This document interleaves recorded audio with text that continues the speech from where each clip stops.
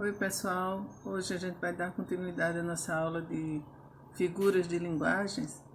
E aí você pode perguntar, ainda? Sim, ainda, e ainda vai ter mais. Figuras de linguagens é um pouco extenso, porque são várias, né? Figura de linguagem, figura de pensamento, várias figuras, tá? Que no fim acaba sendo figura de linguagens. E para que serve? Em que eu vou usar isso? Vai usar no dia a dia. Cada vez que a gente for falando, for estudando, vai ver que no nosso dia a dia a gente fala essas figuras o tempo todo para dar mais ênfase, para dar mais sonoridade, muitas vezes, para dar mais interesse, mais formas, né? Mais uma expressividade melhor ao texto e à fala, tá bom? Então vamos lá, a gente vai rever um pouco do que a gente viu na aula passada, porque teve aquela interrupção, e aí eu vou passar rapidinho para que a gente só revise mesmo, tá? Depois a gente segue, tá bom? Denotação é o significado real, né? Ou seja, de dicionário, ou seja, a definição real de uma palavra nos livros, no dicionário. Então, por exemplo, ela é uma fera em extinção.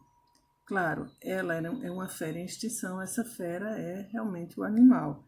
Então, ela é uma palavra denotativa porque está dizendo o que de fato ela representa. Já a conotação é diferente, é uma palavra figurada, por isso que vem de figuração. É um simbolismo, a gente associa uma coisa, uma palavra a outra, sem necessariamente significar aquilo que a gente falou, né? Então, por exemplo, ele ficou uma fera quando soube da notícia. A metáfora, como vocês viram, é uma comparação implícita a uma figura similar. O que é similar? Semelhante. Mas não possui o conectivo tal qual, como, igual a, como é a comparação.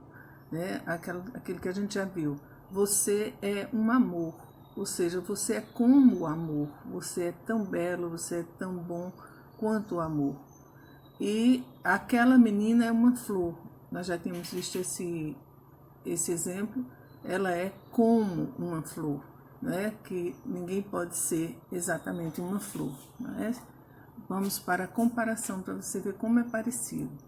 A comparação é feita de forma explícita, ou seja, o uso do conectivo aparece, né? O conectivo comparativo, como, tal, igual, que nem, assim como. Então, o exemplo aqui, ó, minha irmã é bondosa igual a um anjo.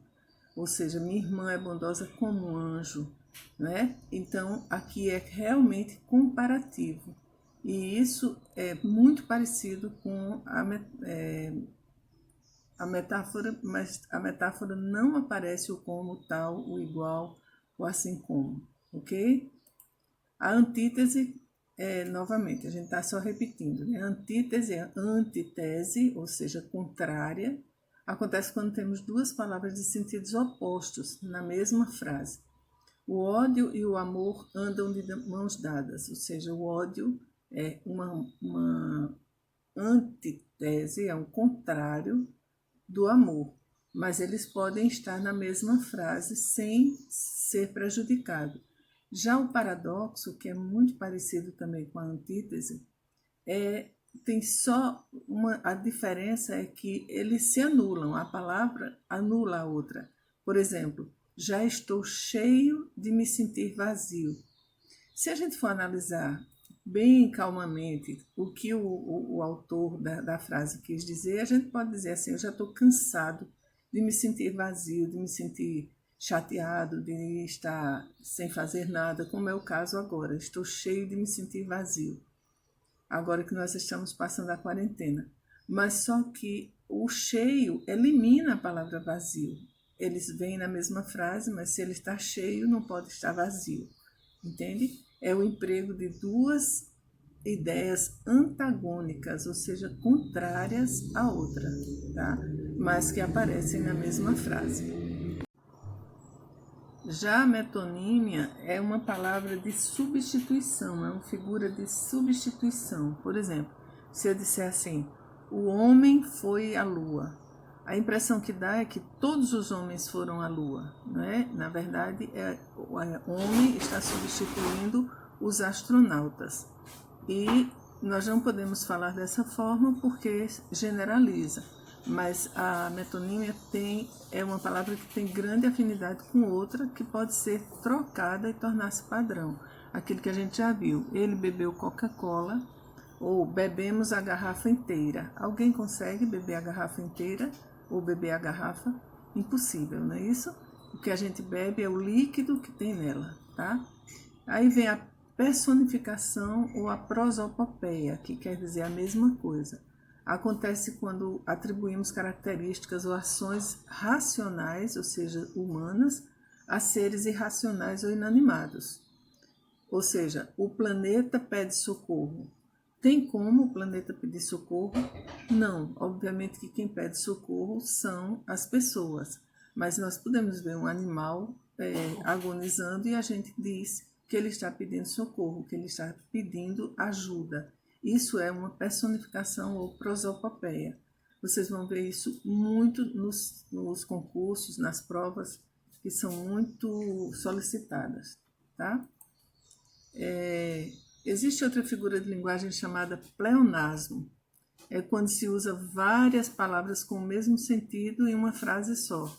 Por exemplo, entrei para dentro, entrei dentro de casa, certeza absoluta, sair para fora, ou seja, só se entra para dentro, só se tem certeza se for absoluta, só sai se for para fora. Então, isso, quando a gente repete essas palavras e a gente escuta muito as pessoas repetirem, entrei para dentro, sair para fora, certeza absoluta, ele está praticando um pleonasmo, que é uma figura de linguagem de repetição de uma palavra que significa a mesma coisa que a outra. Aliteração. A aliteração, as palavras são repetidas também. Trata-se da utilização de palavras com a mesma consoante e que tem um som parecido, causando um trava-línguas, tipo assim, um trava-línguas, né? Por exemplo, essa frase é bem conhecida, muito repetida: o rato roeu a roupa do rei de Roma. Isso é uma aliteração, porque é muito repetido o mesmo som, a mesma consoante, né? R, A, R, R, R, isso chama-se aliteração. Outra figura de linguagem muito conhecida é a sinestesia. Sinestesia vem de tesia, vem de sentir, de misturar. Tá? Então, anestesia é sentir a agulha, né? Sentir a anestesia.